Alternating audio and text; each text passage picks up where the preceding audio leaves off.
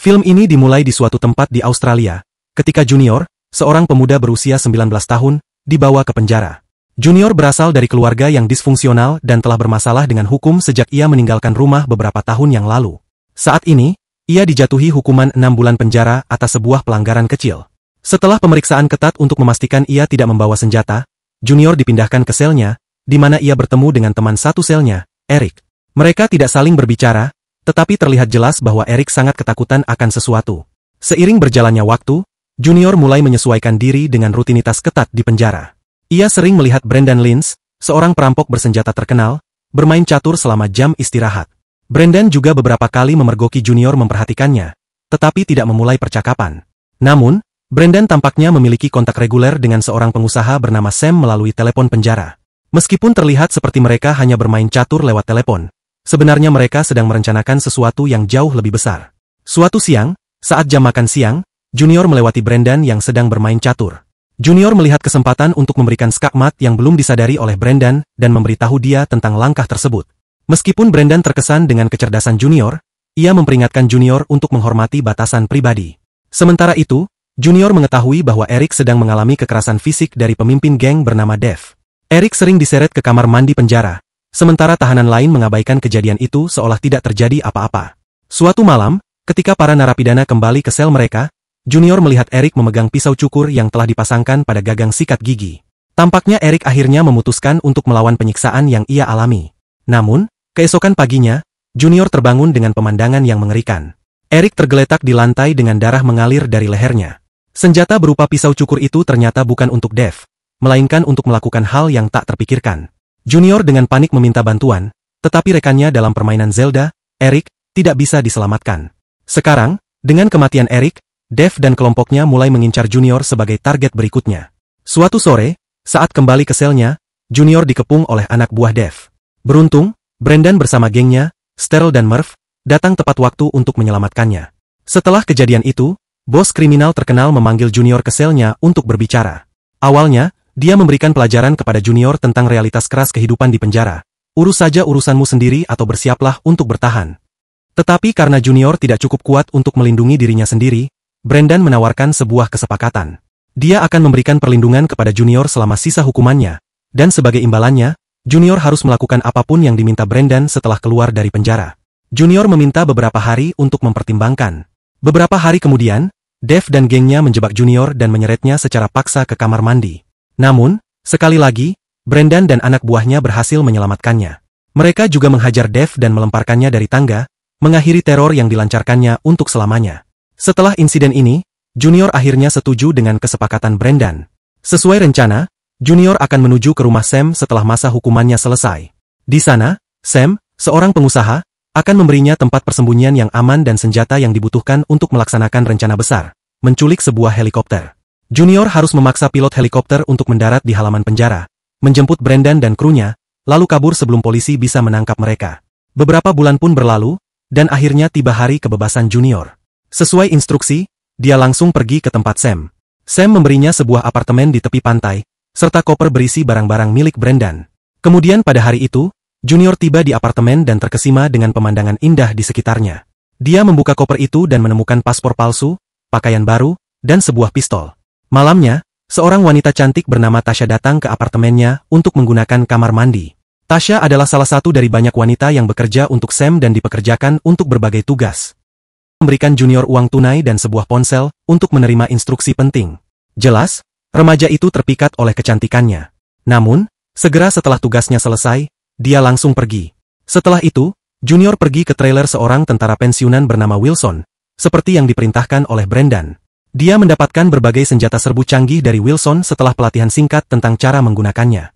Junior kemudian pergi ke agen perjalanan lokal yang menyediakan penerbangan helikopter dan memesan tur penerbangan.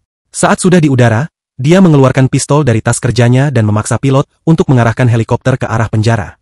Sementara itu, Brendan, Murph, dan Sterl berhasil menyandera seorang penjaga penjara dengan pisau buatan sendiri. Mereka memaksa penjaga lainnya untuk membuka pintu utama dan melarikan diri.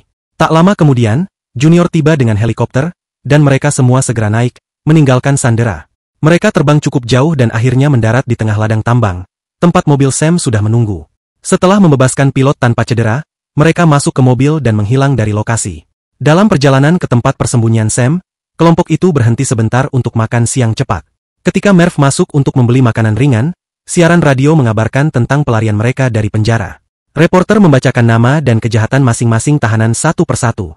Dengan rasa jijik, Brendan dan Sterl mengetahui bahwa Merv dipenjara karena menyerang seorang siswi beberapa tahun lalu.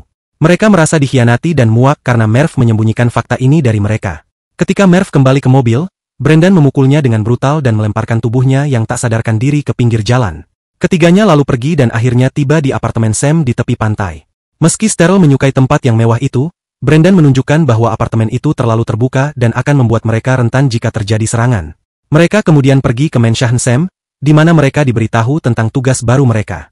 Mengejutkan semua orang, tugas itu adalah merampok 6 balok emas murni langsung dari sebuah tambang di pinggiran Kaul Gurli. Sam sudah mengatur izin keamanan tambang yang memungkinkan mereka menyamar sebagai teknisi listrik untuk masuk. Jika mereka berhasil, Sam akan membayar masing-masing dari mereka $2 juta. Dengan imbalan sebesar itu, Brendan setuju dan mulai mempersiapkan perampokan.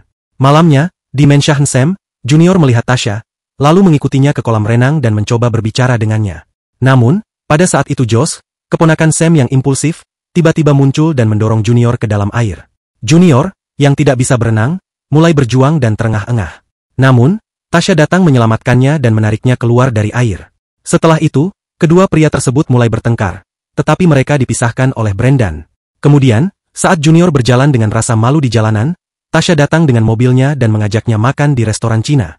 Saat makan malam, Junior bertanya mengapa Tasha tetap bersama Sam, pria yang lebih tua, padahal ia tampaknya cukup mandiri secara finansial.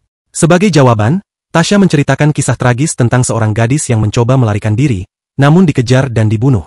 Keesokan paginya, Brendan mengungkapkan kemarahannya atas insiden malam sebelumnya yang melibatkan Junior dan Josh. Sebagai seorang perfeksionis, ia memarahi Junior karena membiarkan seorang wanita mengalihkan perhatiannya dari tugas utama. Sore harinya, kelompok tersebut pindah ke persembunyian baru yang diatur oleh Sam, sebuah tempat yang cukup tersembunyi di pinggiran kota Kaul Gurli. Dari sana, Brendan dan Junior pergi ke lokasi tambang emas, memeriksa area, dan membuat rencana untuk melakukan perampokan. Kemudian, adegan bergeser ke hari perampokan. Seluruh kelompok, termasuk Josh, memasuki tambang dengan menyamar sebagai teknisi listrik biasa. Di luar, teman Brendan sekaligus pembalap lokal, Steve, menunggu di kendaraan pelarian sambil mengawasi kemungkinan kedatangan polisi. Sesuai rencana, Junior memanjat saluran ventilasi tambang dan merangkak menuju ruangan tempat emas mentah diproses menjadi balok padat. Tiba-tiba, ia turun dari saluran ventilasi dan menyandera semua orang dengan todongan pistol. Ini mencegah para pekerja menyalakan alarm darurat dan membuka jalan bagi tim lainnya untuk masuk tanpa terdeteksi. Setelah berada di dalam, Brendan memimpin dengan memaksa 2 pegawai untuk melanjutkan proses pengubahan emas cair menjadi batangan padat. Saat semuanya berjalan lancar, Josh tiba-tiba panik dan tanpa sengaja menembak kaki salah satu pegawai. Brendan yang marah memberikan pelajaran dengan meninju wajah Josh, tetapi kerusakan sudah terjadi. Tak lama kemudian, Steve memberitahu mereka bahwa sirene polisi terdengar mendekat. Brendan dan timnya segera mengangkut 6 batangan emas dan mulai menjalankan rencana pelarian. Menyamar sebagai pekerja, mereka berhasil mencapai perimeter luar tambang tanpa masalah. Mereka menggunakan para sandera sebagai tameng dan melarikan diri ke kendaraan pelarian. Namun, beberapa mobil polisi mulai mengejar sambil terus menembaki kendaraan mereka. Tepat saat geng itu berhasil keluar dari pinggiran kota, setelah pengejaran intens, sebuah peluru menembus perut Sterl, melukainya dengan parah. Steve akhirnya berhasil mengelabui polisi, menyebabkan beberapa mobil polisi yang mengejarnya bertabrakan. Namun, Sterl menyadari bahwa dia tidak akan bertahan. Dengan napas terakhirnya, ia meminta bagian dari emas curiannya diberikan kepada putrinya yang masih kecil. Kelompok itu hancur karena kehilangannya, tetapi mereka tidak punya pilihan selain terus maju. Mereka menyembunyikan kendaraan mereka di dalam sebuah truk dan menuju rumah persembunyian. Namun, Sam memerintahkan mereka untuk menyingkirkan mobil itu dan segala bukti. Brendan dan Junior membawa mobil itu ke lokasi terpencil, membakarnya bersama tubuh Sterl, lalu mendorongnya ke jurang. Dalam perjalanan kembali ke rumah persembunyian, Junior menerima pesan dari Tasha yang memperingatkannya bahwa Sam telah mengkhianati mereka. Hal ini membuat mereka khawatir, jadi mereka mengunjungi makam di mana Brendan telah menyembunyikan sebagian uang. Mereka tahu bahwa Sam akan menukar emas dengan uang tunai di Melbourne, jadi mereka menaiki kereta menuju kota itu untuk melanjutkan rencana mereka. Dalam perjalanan, Junior bertemu kembali dengan Tasha, dan keduanya akhirnya berhubungan di kamar mandi kereta. Setelah tiba di Melbourne, mereka menemukan motel murah untuk menghindari perhatian yang tidak diinginkan. Namun, Brendan tidak setuju dengan hubungan baru mereka. Suatu malam, saat Tasha keluar untuk membeli makanan, Brendan memperingatkan Junior bahwa Tasha bisa menjadi penghalang dalam rencana mereka karena masa lalunya yang dianggap tidak baik. Untuk memastikan kelancaran rencana, Brendan berjanji memberikan bagian uang yang lebih besar kepada Junior dan memintanya untuk memutuskan hubungan dengan Tasha. Sayangnya, Tasha mendengar percakapan itu dan merasa sangat terluka. Dia pergi dengan frustrasi, tetapi Junior mengejarnya, mencoba menjelaskan versinya. Sebaliknya, Tasha memperingatkan Junior bahwa setelah pekerjaan selesai, Brendan mungkin akan meninggalkannya seperti yang dia rencanakan terhadap Tasha. Sementara itu, salah satu pembunuh bayaran Sam, Wayne, melacak motel mereka dan menemukan Brendan di dalam. Dengan senjata mengarah padanya, Wayne mengumumkan bahwa Sam telah menempatkan hadiah atas kepalanya. Namun, Brendan memanipulasi situasi dengan meyakinkan Wayne bahwa Sam juga telah mempermainkannya. Dia menawarkan Wayne imbalan uang yang lebih besar jika membantunya. Mendengar hal itu, Wayne yang serakah langsung menerima tawaran tersebut. Keesokan paginya, Brendan dan Junior berangkat menuju tempat di mana Sam seharusnya menyerahkan batangan emas. Mereka tiba tepat waktu untuk melihat Josh menyerahkan koper yang berisi batangan emas kepada pedagang. Tiba-tiba, pertukaran mereka terhenti ketika Wayne muncul entah dari mana dengan truknya, melaju dengan kecepatan tinggi dan menabrakkan truknya ke mobil Josh, membunuh beberapa orang dalam prosesnya. Brendan memanfaatkan kesempatan ini untuk menghabisi sisa orang dan mengambil koper tersebut. Dengan bagian pertama misinya selesai, Brendan dan Junior menuju ke rumah Sam karena mereka memiliki urusan dengannya. Sesampainya di sana, Brendan tidak membuang waktu dan menembak Sam 2 kali di perut, mengakhiri rivalitas mereka dengan cara brutal. Kemudian, Brendan dan Junior menemukan sebuah motel untuk bermalam. Sementara Brendan menyembunyikan koper emas di bawah tempat tidur, Junior membuat alasan untuk keluar dan mengirimkan lokasi motel dan kunci kamar ke Tasha.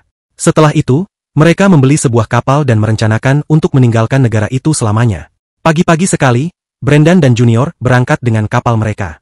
Namun, seperti yang telah diperingatkan Tasha, Brendan mengkhianati remaja tersebut dan hanya menawarkan sedikit bagian dari emas. Setelah menghabiskan beberapa bulan dengan seorang guru kriminal seperti Brendan, Junior belajar beberapa trik dan sudah memprediksi pengkhianatan ini. Dia dengan berani mengungkapkan bahwa dia sudah memberitahu Tasha tentang lokasi motel tersebut, yang kemudian mengambil batangan emas dan menggantinya dengan batu-batu tak berguna, menyembunyikan barang asli di suatu tempat. Murka dengan pengkhianatan tersebut, Brendan menyeret Junior ke dalam air dan mereka terlibat dalam perkelahian sengit. Setelah beberapa waktu, hanya Brendan yang muncul ke permukaan karena Junior tidak bisa berenang.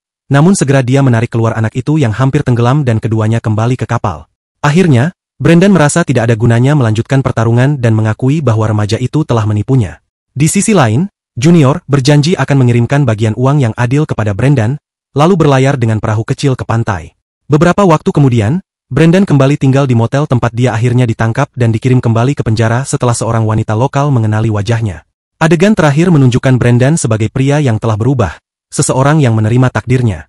Namun beberapa bulan kemudian, dia menerima surat dari Junior yang merinci lokasi bagiannya dari emas. Ini membawa harapan baru dalam diri Brendan saat dia memandang jendela selnya.